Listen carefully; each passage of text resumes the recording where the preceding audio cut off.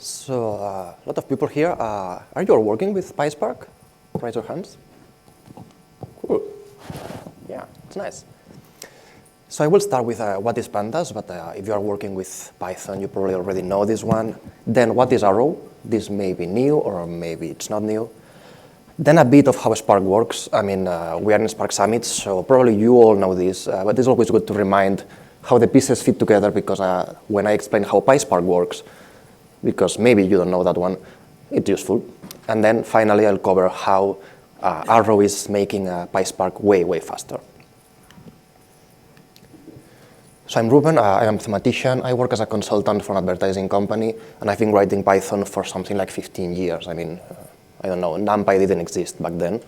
Then I moved to other languages, but I still write a lot of Python day to day, Scala and Python now. So PySpark code base, it's kind of a sweet spot because I have a bit of Python, I have a bit of Scala. So it's a cool place to be. So what is Pandas? I mean, you may know this already. It's a Python data analysis library. If you see a job offer that says Python data, Pandas is involved in the code base somewhere, and it's efficient. Why it's efficient? It's because it's columnar, and it has a C and a Python backend. So the backend isn't written specifically in Python. I mean, the high-level API is, but the rest is written in a very efficient implementation. Columnar appears a lot in modern databases, modern storage systems, and what's the point of something being columnar? So imagine we have a table with a lot of columns, and we want to sum one of the columns. If you restrict your view to you have a CPU and you have a row. You have a cache line inside of the CPU. If you are thinking in rows and you want to sum one column, you need to go row by row, loading the data until you get to the point where you can actually sum it. When you have something stored column-wise, you don't need to do it slowly. You can just get everything from the column, bring it into the cache, and sum. That was a bit fast. If you were in the previous talk by Yukik, that's a really hard name to pronounce, but he was doing the integration of Spark R with Arrow, and he also explained how CMD instructions make this fast. So Pandas is columnar. How does it work internally?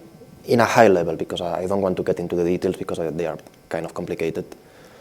You have a data frame. If you use Pandas, you know what it is. It's basically a table with some names for the columns. You have different types. Internally, Pandas is going to group these types in memory by column. Indexes go to one place, and then you bring together all the floats, put them sideways, think of it this way, and bring them in memory. Same for strings, objects, anything that is not an internal data type for Pandas, it's stored as an object block. And integers. There are several Pandas data types that are stored differently in memory. Altogether, the blocks are handled by a block manager, and when you request something being done to a column, you tell to the block manager, give me this column and run this operation. Now we've gone quickly to Arrow. What is Arrow? Arrow is a library, so you are unlikely to be using it unless you are writing your own library. I mean, you are just a client through Pandas or through Spark to the Arrow library. It's cross-language, it's columnar, it's in memory. The key point is that it's cross-language. So you can use the same internal structure in different languages and pass from one to the other. And it's optimized. I mean, the whole point of it is that it's written in C, and there are implementations in Rust, Go, C, Java, obviously R. There are not a lot of projects that are using it internally, but Pandas is one of them. Spark, Parquet uses this for something, I don't remember for what. Dask, which is a distributed computation framework, kind of similar to Spark, but written entirely in Python. Ray, which is something similar to Dask. There's a POC of data processing written in Rust using only Arrow.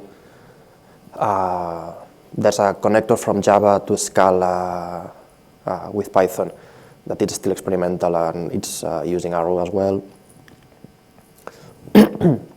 And the integration between Arrow and Pandas is seamless. This is by design. I mean, Arrow was created by the same developers that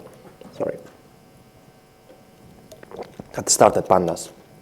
So the internal memory layouts are similar enough that the operations are really fast. How does it look like in Arrow? Again, you have a table. This time I didn't bother with the types. And each set of rows is called a record batch. I mean, you can always call a row a record in database lingo, so rows, records.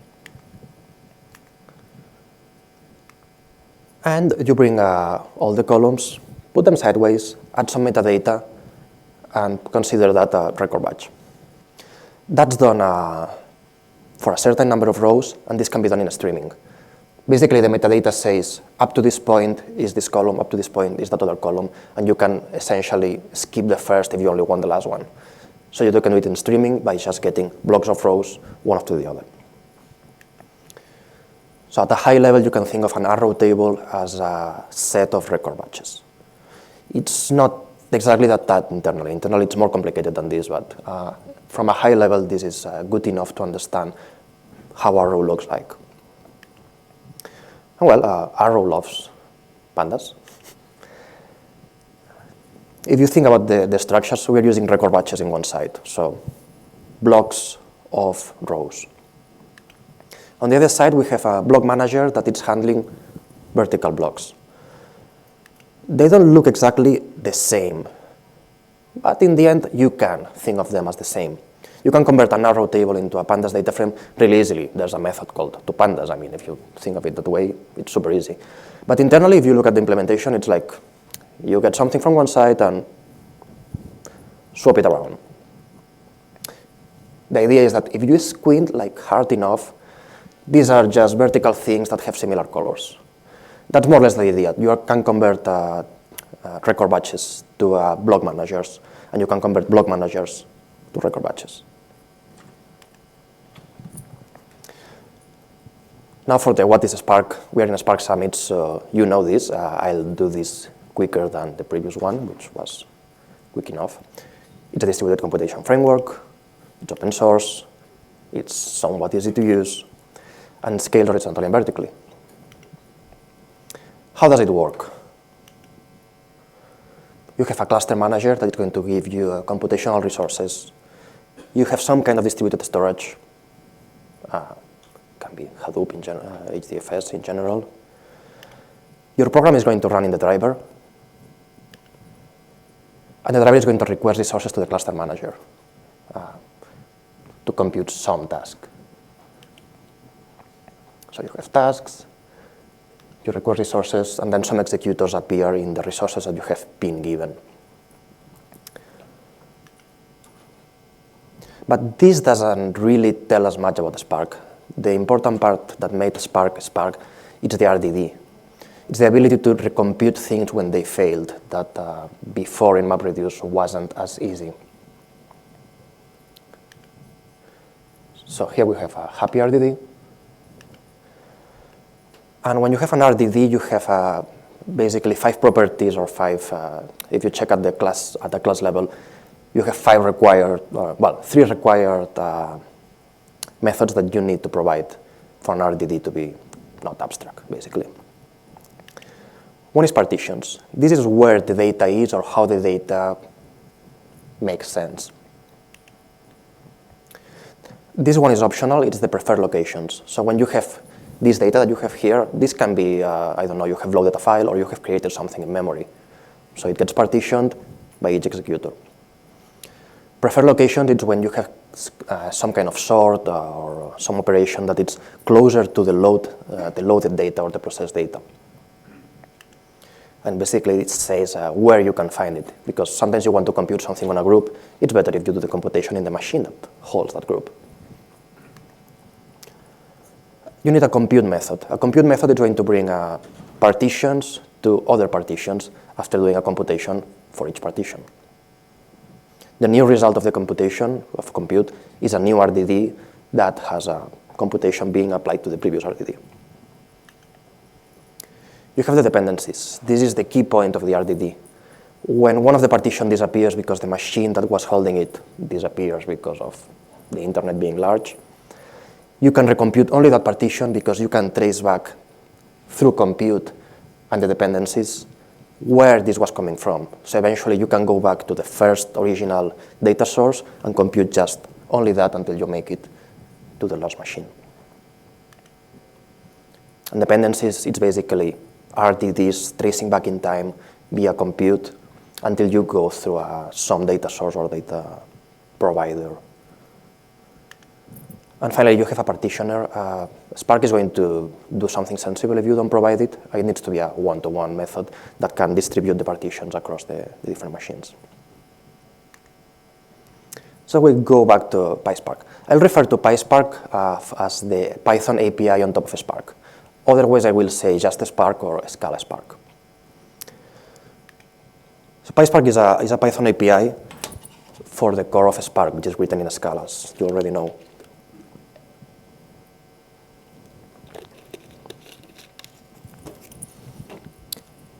How is it working inside? On one side, you are writing Python. Python doesn't have a JVM. I mean, Python runs in the Python virtual machine. It's using a library known as Py4j, which, as the J can tell you, it's something to do with Java. Every time you create some object in PySpark, this gets associated an object in the JVM. So when you start the Python driver in Python, in PySpark, this happens at some point. I wanted to show the code because this super short thing is basically telling to the JVM, start Spark and keep listening. And that's it. And I'm surprised that it's super short because this is doing a lot of work. Basically, it's starting Spark, it's connecting back to your Python driver, and it's keeping a reference in memory to that JVM so you can keep track of whatever is being done there. But now we have a happy RDD in Python. Like we had RDDs as classes in Scala, we have a class called RDD in Python. You may have written some if you're using PySpark. Inside of it, you can look it up by writing you can open a Jupyter notebook, create an RDD, and check this. Each RDD is going to have a private in Python style underscore JRDD. This is a reference to the object in JVM. So you can always trace back the RDD that you created in Python. You didn't really create it in Python. You created it in the JVM, and it had a reference to your Python one. And well, these J's appear everywhere in a lot of private properties and methods in the Python API, and they all stand for Java.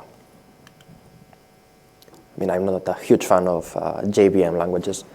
I like Scala and I like Python, and that's it. Python is not in the JVM, of course.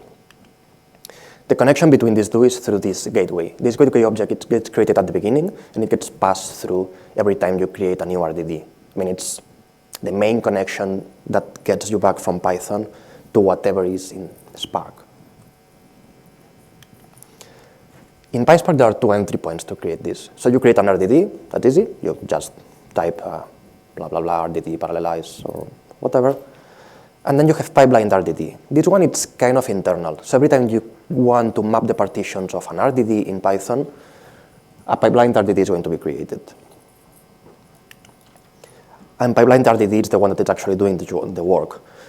So it's a bit like this Matryoshka animated GIF. It's because you are creating things in Python, and they are inside other things that are inside other things inside of the JVM.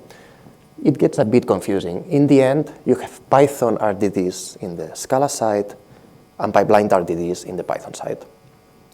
This is transparent for the PySpark user. You just write rdd.mapf, and it works. But it's important to know what is inside this Matryoshka thing, because when Arrow gets into the picture, it will explain why it's faster. So we have an angry RDD because he's a bit. It's in Python. We want to apply map f. F is a method in Python, whatever. This creates a pipeline RDD. It's internal. The f, it's pulled into an internal property called func. And we get a pointer to the previous RDD. And we have a JRDD, of course. This JRDD, it's where the magic is happening. We have a Python RDD in the JVM. This is a class in Scala.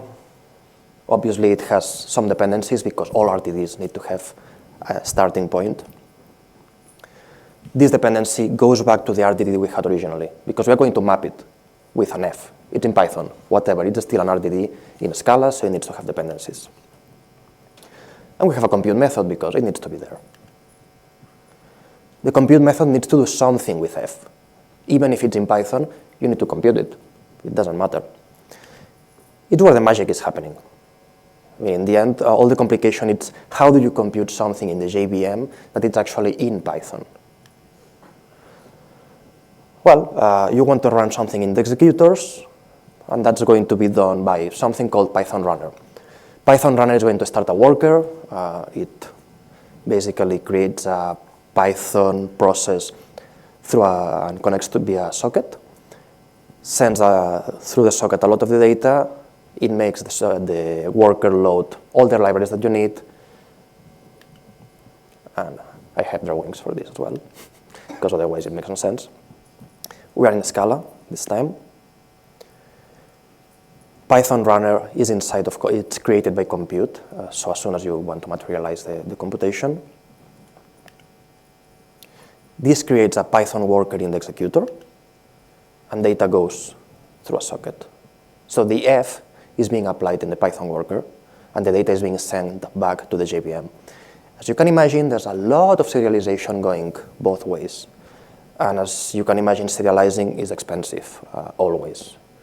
I mean, basically, you are sending pickles down and pickles up in Python.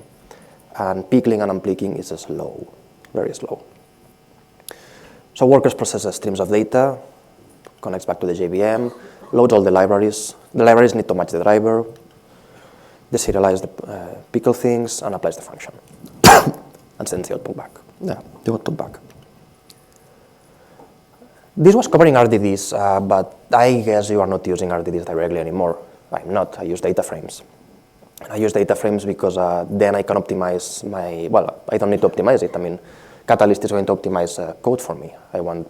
I defined a DAG, and the DAG gets optimized. So if you're using data frames, it's when you get the advantages of using Spark after 2.0, basically. A plan is generated, so you write all the transformations you want. Eventually you write, or you count, or you basically create an action. This plan gets converted into a logical plan, a optimized logical plan, physical plan. When you go to the physical plan, something gets executed. And all the compute methods start running because underlying data frames, there are still RDDs. The plans are optimized by Catalyst, which is basically something that removes branches from trees if possible. So it gets this logical plan, and when you have a filter at the end, it tries to push it down as much as possible because the less data you move around, the less data you're computing.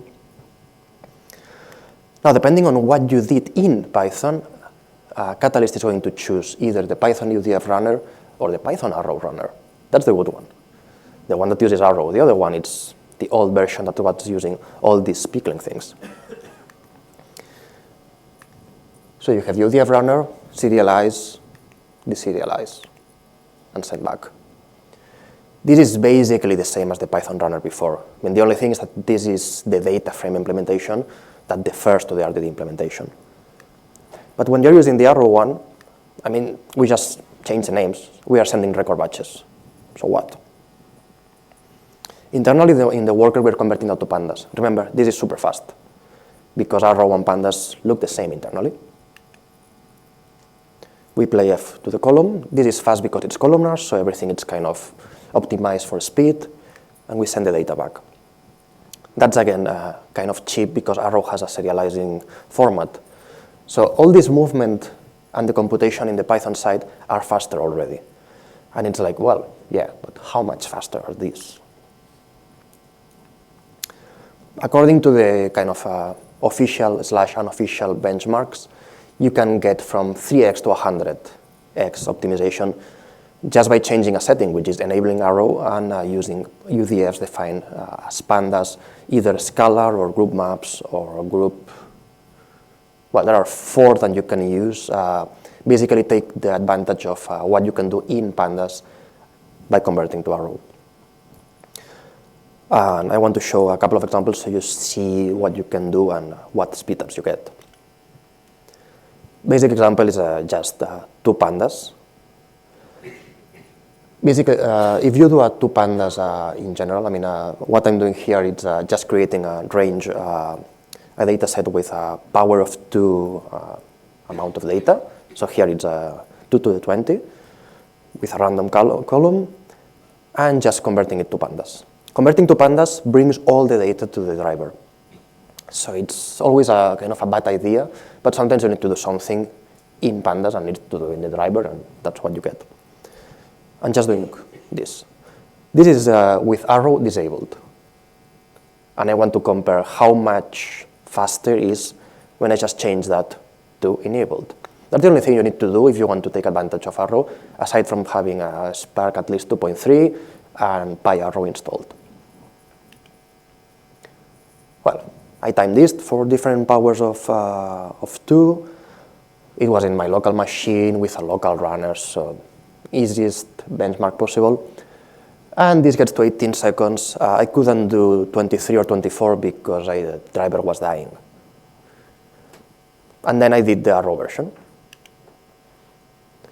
The Arrow version is consistently 10 times faster, just in the local thing, super easy. And it's just changing one setting. So if you ever do 2 Pandas, just do this, you get an awesome speed up. And it works for larger data sets because of the compression of how Arrow handles things. Now a little bit of a more complicated one, which is a group map. You may know that doing group bys is always, well, it's not always a bad idea. If you're using the Scala API, group by has had a lot of improvements in 2.2, 2.4. When the aggregations are computed, they are computed incrementally, so you never store the whole group in memory. One problem that this still has is that it needs to hold the whole group in memory, so it's a bit problematic. But well, anyway, what I want to do here is that I have created kind of some fake transactions with some spent amounts, and I want to, I don't know, do some fraud analysis. I compare each transaction with the mean for this same user. Because maybe if you are spending a lot more than the mean, it's like, hey, you've been hacked and you are doing something you shouldn't do. This is very easy with the new way you can write these Pandas aggregations with Arrow enabled. Define a Pandas UDF, it's a group map, because for each group, you want to map. And the map is basically a Pandas method that it's assigning something. So in this case, it's just the mean. What's this doing? So here we have some executors, we have a driver, and we are grouping and aggregating. We have some data set. Let's assume that it's in the driver because it was created in the driver. It gets distributed because when you do a group by operation, you need to distribute per key, per grouping key. Everything is grouped. Problem, everything is grouped in memory, so each of the groups need to fit in the executors. There's kind of ongoing work, or there should be ongoing work soon about fixing this so it's incremental and not needing to use all the memory. The thing is that this is not in the workers. These arrows, UDFs, are the arrows. So it's being done by Arrow, it's computed in Pandas, and it's sent back. And since in the example, the last thing was 2 Pandas to the driver, this is sent to the driver. This is already computed. It's done per group, and you're finished. So I wrote a similar version without using a Pandas UDF. I wrote this, it's kind of bad. It could be done a bit better, but the problem is that if you want to do it well, it gets really, really messy. So this is just group everything, collect, with a collect list. So you have for each group, also for each user, all the transactions for that user, and then you convert everything to pandas, pass through NumPy, and get the mean. The problem is that the grouped dot to pandas, it's applied to the groups that are coming with a collect list. And collect list, if it works, it's slow. And when it's too large, it blows the executors. Well, it blows the executors. In this case, we are still grouping, so we are distributing the data as before. We are sending the computation. The problem is that right now, we are doing the group in each machine as before. This time it's incremental, so you don't need to fit everything in memory. It's fine. But when you get here, you are sending all the data to the driver, and still a lot of work needs to be done in the driver, because you just have grouped. You still need to do the mean for each group. So this needs to be sent to pandas, to the worker, and this actually blows up. I did a quick benchmark of this one, but I didn't graph it because it's kind of slow. Let me go back because it was in the... So this implementation for 2 to the 25 fails. It can do it. And for 20 million records, which is what's written here, it takes around 3 minutes. The other implementation with pandas was taking a couple of minutes for the 2 to 25 and just took 1 minute for 20 millions. It's not a huge speed up, it's like 3 times X. It's not bad. Code-wise, it's much better. And actually works because you can do 2 to the 25, which you couldn't do in this case. So the too long didn't read or too long didn't watch is that you just need to use Arrow and write pandas UDFs. Usually the problem is that you need to write your UDFs as pandas UDFs. That may not be straightforward. I mean, that may be a problem. But if you're doing 2 pandas, just enable Arrow. I mean, that's a cheap win. You can get 10 times improvements just for that part. It depends on your use case. I mean, if you are using PySpark for long enough, you can kind of figure out how to do this. Otherwise, I mean, there are other solutions, but I think using PySpark, it's getting better and better really, really fast. So, I mean, when I started with Spark, that was like 3 and something years ago, I used Scala, because back then it was like, Python, it's too slow, even if I was a seasoned Python developer. If I had to choose now, I would use PySpark, because why not? It's almost as fast as Scala. Well, you can find some resources in the presentation. I recommend that you become a contributor to Spark if you are not one already. I mean, you learn a lot of the internals and what's nice, what's not. I think it's a good way to be part of the community. And I think it's time for questions.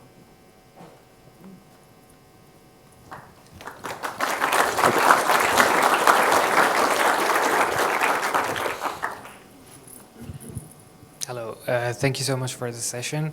I had a question. So when using Pandas UDF, it would use Arrow for its optimization for the serialization, deserialization of data.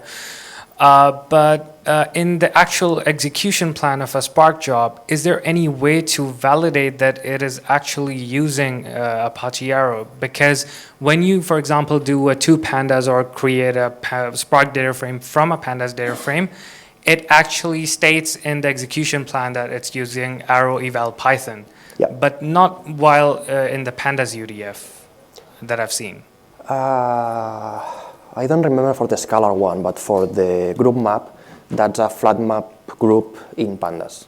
That's the physical execution node. Okay, and the flat map group, it basically suggests that it is using Apache Arrow? I think so. Maybe it has Arrow actually in the name. Because when I turn the basically configuration off for the Arrow execution enabled, it still uses the same in the execution plan, the flat map group. Yeah, that's a good question. I didn't check that. I didn't try to check the plan. I just checked the plan when I was using Arrow, but I didn't check what it's doing. I mean, yeah, this was something that I was working on and found yeah, it. yeah. I don't know if there's a way to confirm that if you are using it from the plan only. Okay. There should, but maybe there's not. So All right. maybe let's check later, and maybe we can open a pull request or something. Yeah, sure. Thank you so much. Thank you so much. You're working just in PySpark and Spark data frames and not Pandas, or maybe you're working in Koalas. Is there any advantage to Arrow, or is Arrow only if you're trying to put anything into Pandas? Koalas is going to use Arrow if you enable it, and it may be enabling it by default. I don't know if it's by default, but internally the Koalas code has the Arrow settings for the tests at least, so it's going to be an advantage, yeah, because it's doing two Pandas at some point. Any other questions?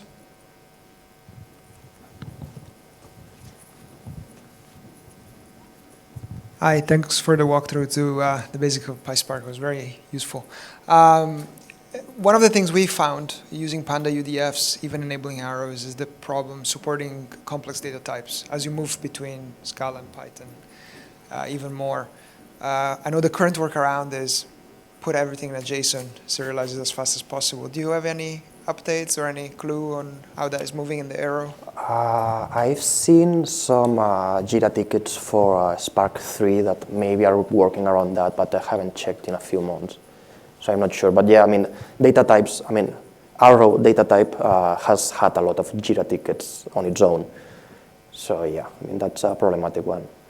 The thing is that so you're using not Pandas, what improvement you can get there?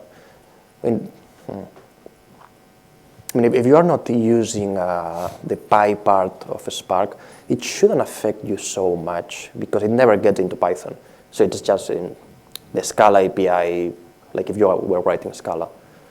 There should be some easier workarounds. Maybe we can talk later about that. Any other questions? Going once, going twice. Thank you, Ruben. Don't forget to rate this session in the app, and thank you very much. Thank you.